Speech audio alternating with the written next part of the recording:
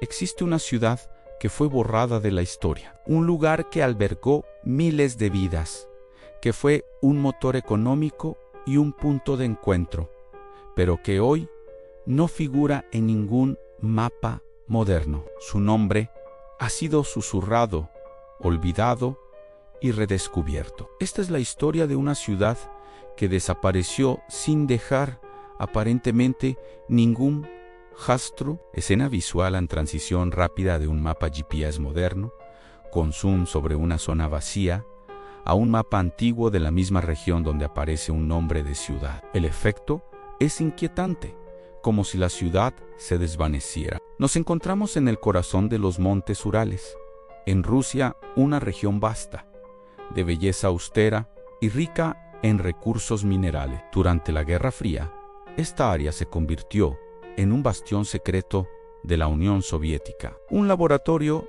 a cielo abierto para su programa nuclear y su maquinaria industrial militar. Es aquí, en este escenario de secretos y poder, donde nació una ciudad cuyo propósito era tan vital como oculto. Su nombre oficial era Chelyabinsk 40, más tarde Chelyabinsk 65 y finalmente Ozersk. Pero para el mundo exterior simplemente no existía. Escena visual en tomas aéreas de los montes Urales cubiertos de nieve. Planos de archivo en blanco y negro de la industrialización soviética. Mapas animados mostrando la ubicación de la región de Chelyabinsk, destacando su aislamiento geográfico o era una ciudad común. Fue fundada en 1947 con un único y monumental propósito: albergar el complejo nuclear de Mayak, la primera planta de producción de plutonio para armas de la Unión Soviética. Su existencia era un secreto de Estado de máxima prioridad. Sus habitantes, en su mayoría científicos, ingenieros, técnicos y sus familias, vivían en un mundo aparte. Tenían privilegios impensables para el ciudadano soviético promedio, en tiendas bien abastecidas, viviendas de calidad, buenos salarios y una sensación de comunidad elitista. Eran los guardianes de la bomba atómica, la pieza clave en el equilibrio de poder mundial. Escena visual en fotografías antiguas de la vida en Chelyabinsk.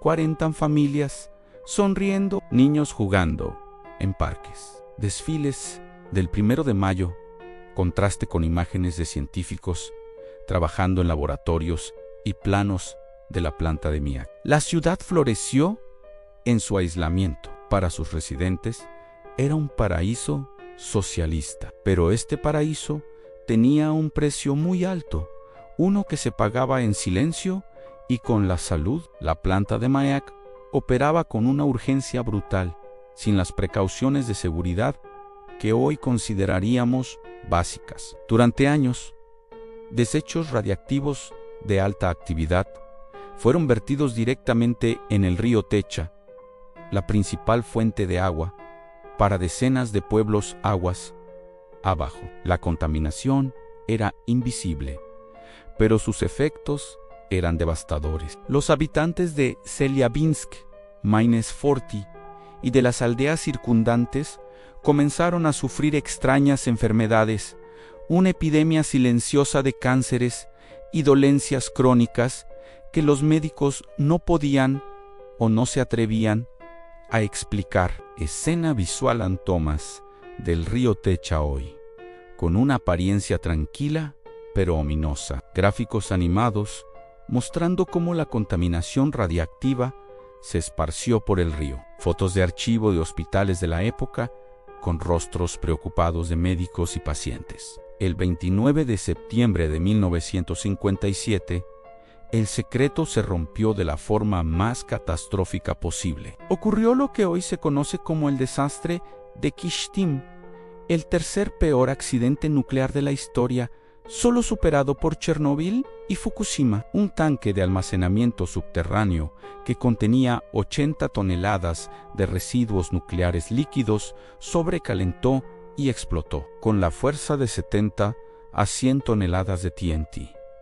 Una columna de humo y polvo radiactivo se elevó 1 kilómetro en el cielo, liberando una cantidad masiva de isótopos peligrosos. El viento esparció esta nube mortal, creando una franja de contaminación de 300 kilómetros de largo, conocida como la huella radiactiva de los Urales orientales. Escena visual en recreación digital dramática de la explosión subterránea, vista desde la distancia. Un mapa animado muestra la nube radiactiva extendiéndose por la región. Imágenes de archivos soviéticas de equipos de emergencia, pero sin contexto claro, manteniendo el secretismo.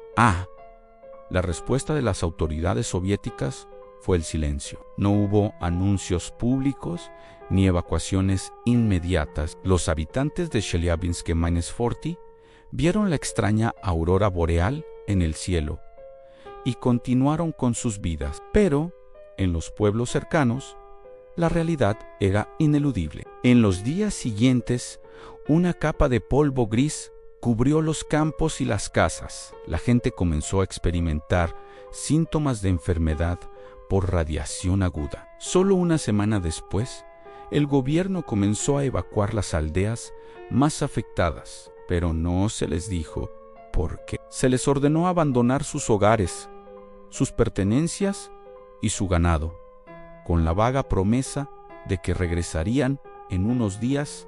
Nunca lo hicieron. 23 pueblos fueron borrados del mapa, sus nombres eliminados de los registros, sus casas demolidas y enterradas para ocultar la evidencia. Escena visual, entrevistas con sobrevivientes o sus descendientes.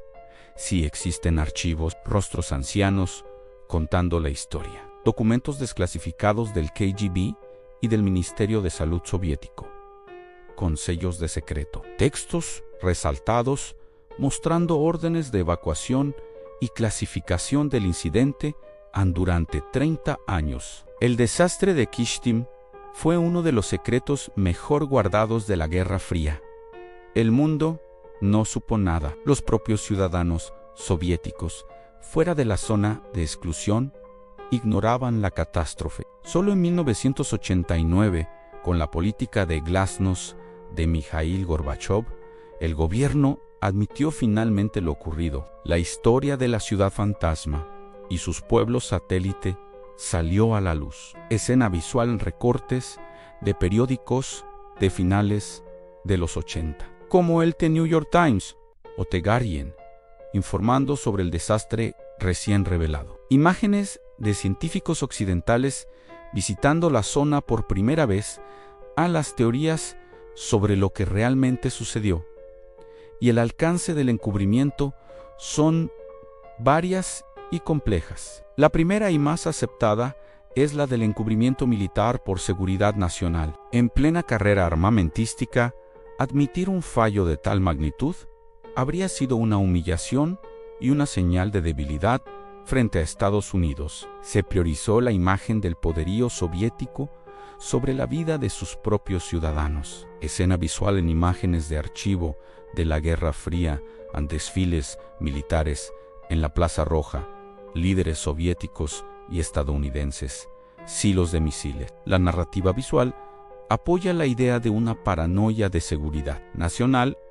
Otra teoría sugiere un nivel de negligencia criminal que iba más allá de un simple accidente. Algunos investigadores postulan que la planta de Mayak era un experimento humano a gran escala, donde se estudiaban los efectos de la radiación a largo plazo en una población cautiva y desinformada. Los registros médicos, clasificados durante décadas, podrían ser la prueba de este terrible monitoreo. Los habitantes no eran solo trabajadores, eran sujetos de estudio. Escena visual en planos cerrados de archivos médicos desclasificados con nombres y datos censurados. Gráficos que comparan las tasas de cáncer en la región con el promedio nacional, mostrando una disparidad abrumadora. Finalmente, existe la teoría del desastre continuo. Kyshtym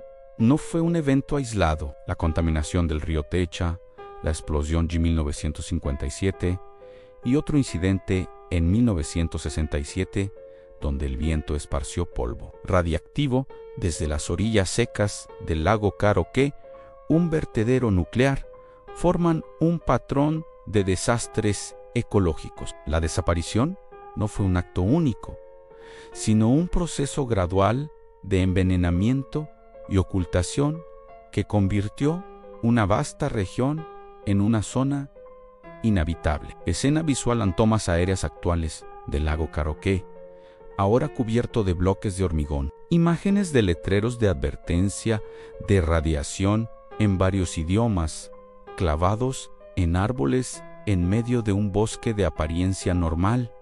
¿Qué queda hoy de estos lugares? Azersk, la antigua Chelyabinsk 40, todavía existe. Sigue siendo una ciudad cerrada, con acceso restringido, y la planta de Mayak sigue operativa, ahora reprocesando combustible nuclear. La vida continúa en una normalidad tensa, bajo la sombra de un legado invisible y persistente. Pero los pueblos que fueron evacuados hace más de 60 años han desaparecido por completo. En su lugar, solo hay bosques y campos silenciosos. Si uno excava bajo la superficie, puede encontrar los cimientos de una casa, un objeto olvidado, un recuerdo enterrado. La tierra misma es el único archivo que queda, un archivo contaminado que seguirá siendo peligroso durante miles de años. Letreros de advertencia de radiación, oxidados y a menudo ignorados, son los únicos epitafios de estas comunidades perdidas. Escena visual. Un dron vuela bajo sobre un campo verde. Se detiene y desciende, revelando los contornos de los cimientos de un edificio apenas visibles bajo la hierba. Un plano detalle de un letrero de radiación descolorido. Imágenes de la Azersk moderna, edificios de apartamentos. Gente caminando por la calle, pero todo rodeado por vallas y puestos de control. La historia de Chelyabinsk -40 y los pueblos borrados del mapa nos obliga a cuestionar la naturaleza del progreso y el precio del secreto. ¿Cuántas otras historias como esta permanecen ocultas en los archivos de las naciones? ¿Qué sacrificios se consideran aceptables en nombre de la seguridad nacional o el avance tecnológico? La ciudad no desapareció del todo, fue deliberadamente borrada, sacrificada y olvidada, pero su espectro radiactivo perdura, un recordatorio silencioso de que hay lugares en nuestro mundo donde la verdad es más peligrosa que la propia radiación. Escena visual en pantalla en negro. Una pregunta aparece lentamente en texto blanco. ¿Crees que hoy en día podrían existir secretos de esta magnitud?